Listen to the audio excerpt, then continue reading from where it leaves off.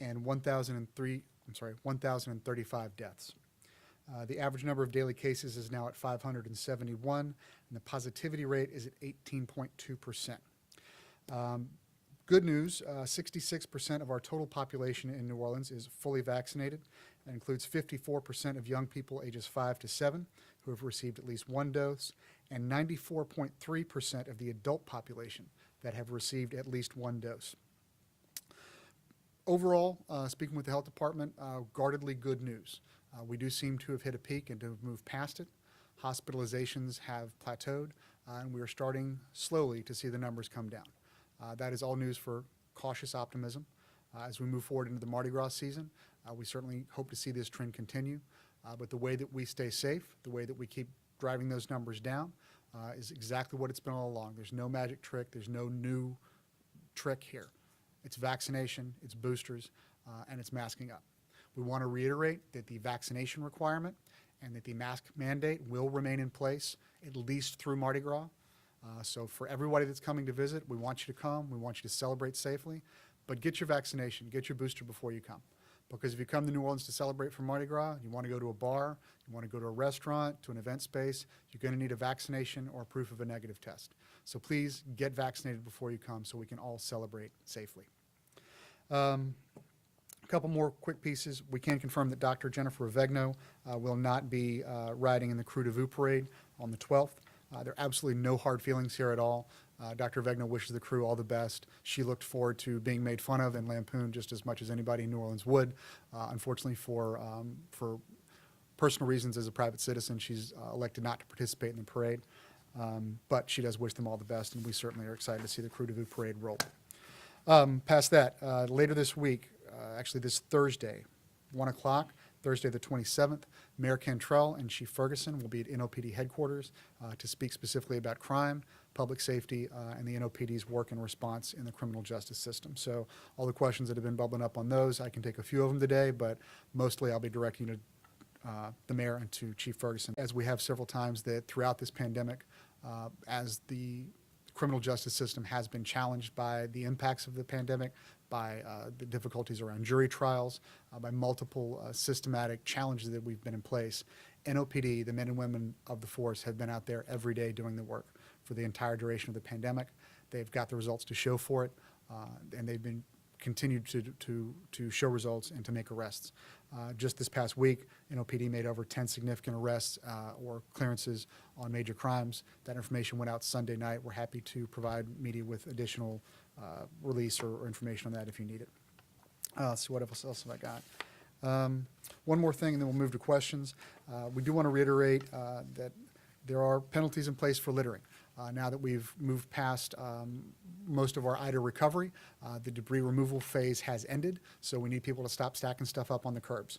I want to remind people that for littering, the first offense is a fine of $200, second $300, and a third offense could be a fine of over $500 and imprisonment for no more than 180 days plus community service. So really, this gets back to what we've said over and over again. We're trying to clean up NOLA. You've heard the mayor, and she feels very strongly about the litter issue. I want people to pick up their trash. So as you're out there, please be mindful of all this. And with that, we can move to questions. Beau, as far as Jennifer Avegno's stepping down from that parade, should people read into this that she's concerned for her health? And have you heard of other people dropping out of parades because of this issue? No, I wouldn't read anything into that specifically. From her perspective as the head of the health department, Dr. Avegno has been clear that obviously we want to maintain a balance. We want to continue to closely monitor all the metrics that we've been monitoring all along. Again, there's nothing really new here.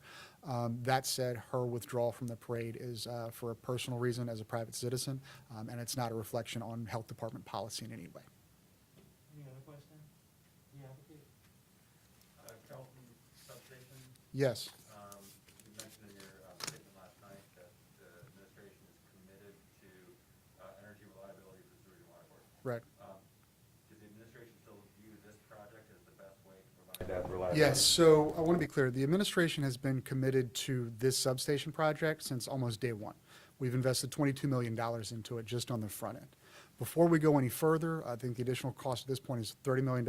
It is incumbent on us to do all the due diligence necessary to make sure that we're moving forward in the smartest way possible. So we do want to see the project continue to happening. How that funding happens is multiple options are on the table. I can't go into additional detail because there's multiple streams that are possible. Those are all being examined.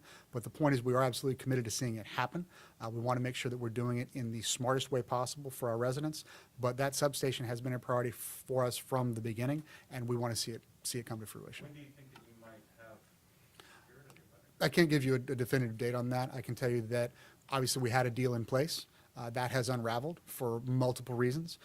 We are now looking at how we pick up the pieces and how we move forward, but we are committed to doing just that. Does it seem clear to you then that it's not going to be ready in time for the 2023? Yeah, actually, we should be very clear about that. Even if a party, Entergy or any other party, were to drop $30 million on it today, it's extremely unlikely that that project would be ready to go by 2023. That's just not really feasible. We had said back, I think in June or July of this year, that even at that point, it was going to be cutting it close to get it for the 2023 hurricane season. At this point, we all need to acknowledge just on the front end, this is not going to be a 2023 project. We do, however, want to see it happen as soon as possible after that, as soon as it's feasible, and this funding issue is something that we want to see cleared up. Park State and AWD issue. Oh, is the city looking to tap into some of this ARP money to possibly? That is one potential that's on the table. It's by no means locked in, but we're looking at any potential revenue stream that could make that work. AWD issue.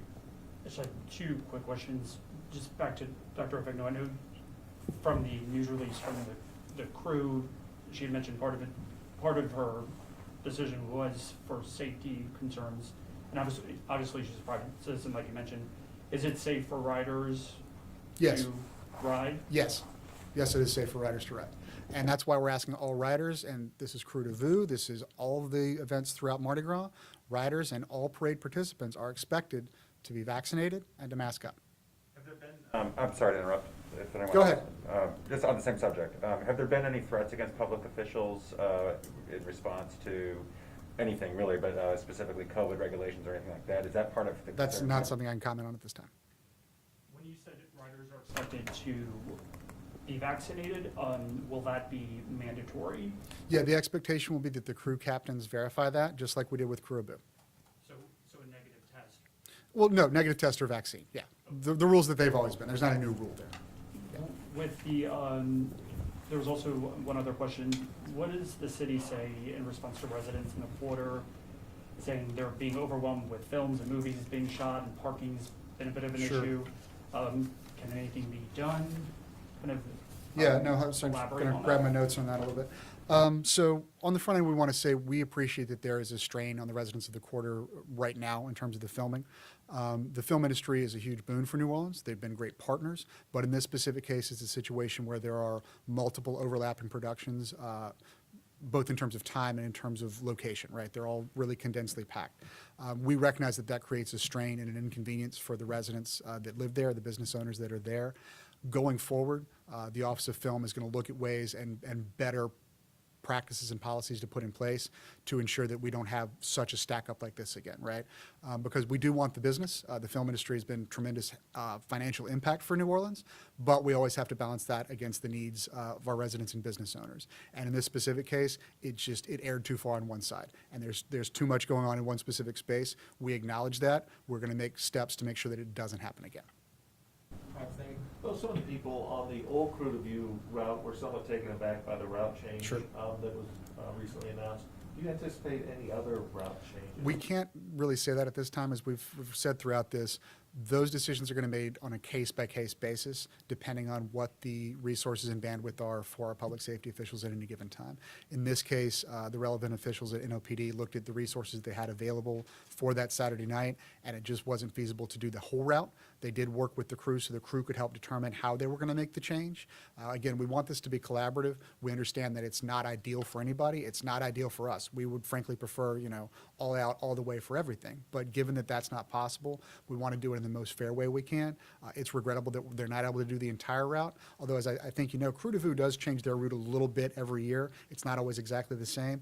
And unfortunately, this year it did trim out a portion of the Marigny. How big a part of that decision was NOPD the manpower, there was a lot said at yesterday's council meeting about the manpower shortage. Sure. Is that coming into play?